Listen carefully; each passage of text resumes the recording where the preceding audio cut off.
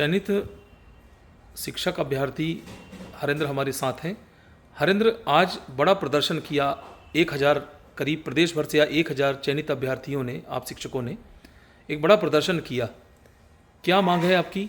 हमारी सरकार से मांग है कि वर्ग 3 में 25,000 की पदवृद्धि की जाए और वर्ग 2 में विषयवार 3-3 हज़ार की पदवृद्धि की जाए। जबकि शासन में वैकेंसी बहुत खाली पड़ी हैं, 1,32,000 प्राथमिक शिक्षक में खाली पद हैं और 99,000 वर्ग 2 में पद खाली हैं।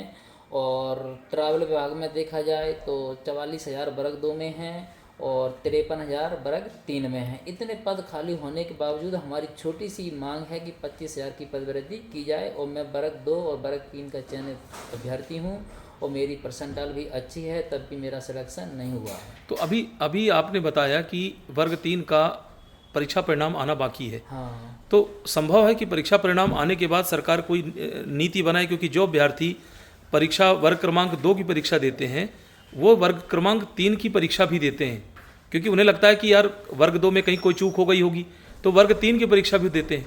तो इसलिए कहीं ऐसा तो नहीं लग रहा है कि ये जो प्रदर्शन आप लोग कर रहे हैं ये थोड़ा जल्दबाजी पूर्ण है?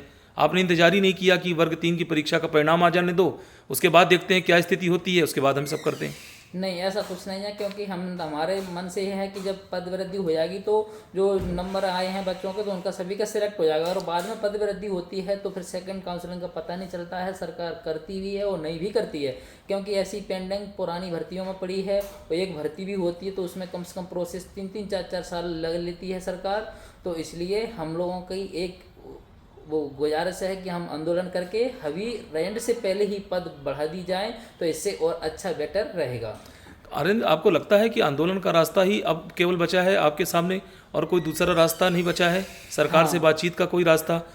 बिल्कुल सर, हमारा एक ही रास्ता है कि आंदोलन से ही हमारी पदवृद्धि हो सकती है। नहीं, हमारा कोई भी रास्ता बिल्कुल भी नहीं है, क्योंकि हमको पता है कि हमारे जो सीएम डॉक्टर हैं, पीएचडी धारी हैं, तो वो पढ़े लिखे हैं। तो हमारी उनसे ये गुजारिश है कि वो पदवृद्धि बढ़ा सकते हैं, ये हमारी उनसे वो है। अभी वर्ग 2 के कितने अभ्यर्थियों का रिजल्ट आना बाकी? कितने अभ्यर्थियों ने वर्ग 2 में परीक्षा दे वर्ग 2 रखी का है? रेंट तो आ चुका है, क्लियर भी हो गया है। उसमें सब्जेक्ट वाइज सब्जेक्ट वैकेंसी रहती हैं, वो भी 10,000 वैकेंसी निकाली थी नाम मात्र की। मैं वर्ग 2 का मैथ से सब्जेक्ट से चयनित अभ्यर्थी हूँ, गेस्ट टीचर हूँ, 4 साल पढ़ाया हूँ। एमएससी और बीएड भी किया है मैंने, और डीएलएड भी किया है और बीएससी भी किया है। इतनी डिग्री करने के बावजूद मैंने, जब तक घर से, मैं पुअर फैमिली से बिलोंग करता हूँ, यानी तो वर्ग 2 का परीक्षा परिणाम आ चुका है। हाँ, वर्ग 3 का अवेटेड है। हाँ, वर्ग 3 का वेटेड है। उसमें लगभग 4 महीने हो चुके हैं, अभी तक रेंट घोषित नहीं किया है। वर्ग 3 से जो पहले की परीक्षा हुई थी उनके सभी के रेंट क्लियर कर दिए हैं, तो वर्ग 3 का रेंट अभी तक नहीं किया जा रही।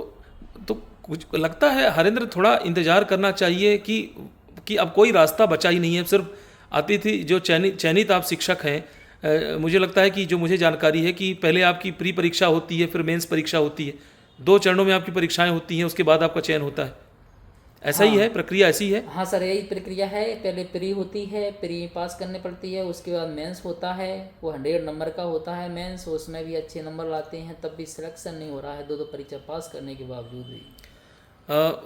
हरेंद्र, अब आगे की क्या रणनीति है? आज आप लोगों ने अर्धनग्न होकर के प्रदर्शन किया है भोपाल में, अब आगे का क्या योजना है आपकी? आगे की हमारी एक रणनीति है कि हम सभी साथी हैं भोपाल में रुके हैं, वो भी हबीबगंज स्टेशन पर। कितने लोग रुके हुए हैं? करीब 1000 लोग होंगे। कुछ लोग घर पे भी चले गए हैं, तो हम कल की अनुमति भी है प्रशासन से, तो हम अम्बेडकर पार्क में भूख हड़ताल पे बैठेंगे सुबह से।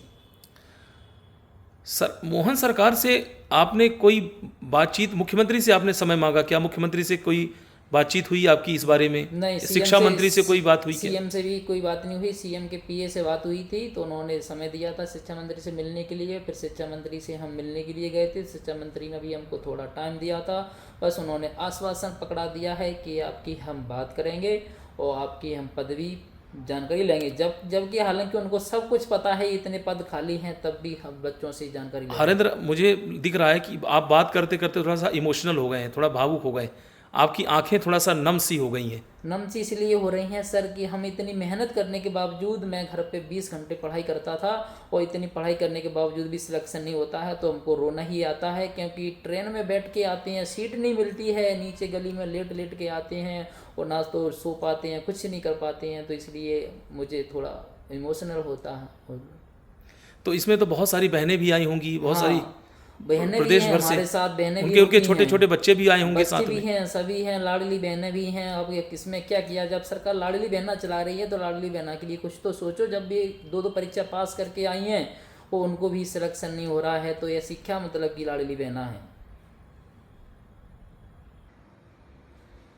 देखिए, आपने सुना कि चयनित अभ्यर्थियों के साथ जिस तरह का व्यवहार हो रहा है, मुझे लगता है कि सरकार की मंशा ऐसी नहीं है, मध्य प्रदेश सरकार की मंशा ऐसी नहीं है, मुख्यमंत्री की मंशा नहीं है, उनकी मंशा साफ है। और इसीलिए मंशा साफ है, इसलिए सरकार ने 2024 में गजट नोटिफिकेशन किया है। सरकार बरसों से जो बैरियर लगा हुआ था उसको हटाया है सरकार ने, और एक चरणबद्ध तरीके से परीक्षाओं के भर्तियों के लिए परीक्षाएं हो रही है। पर सवाल ये है कि यदि आपने भर्तियां निकाल दी हैं और ये जो अभ्यर्थी यहाँ सड़क पर आंदोलन कर रहे हैं, इसकी नौबत नहीं आनी चाहिए। सरकार को इस दिशा में सोचना चाहिए।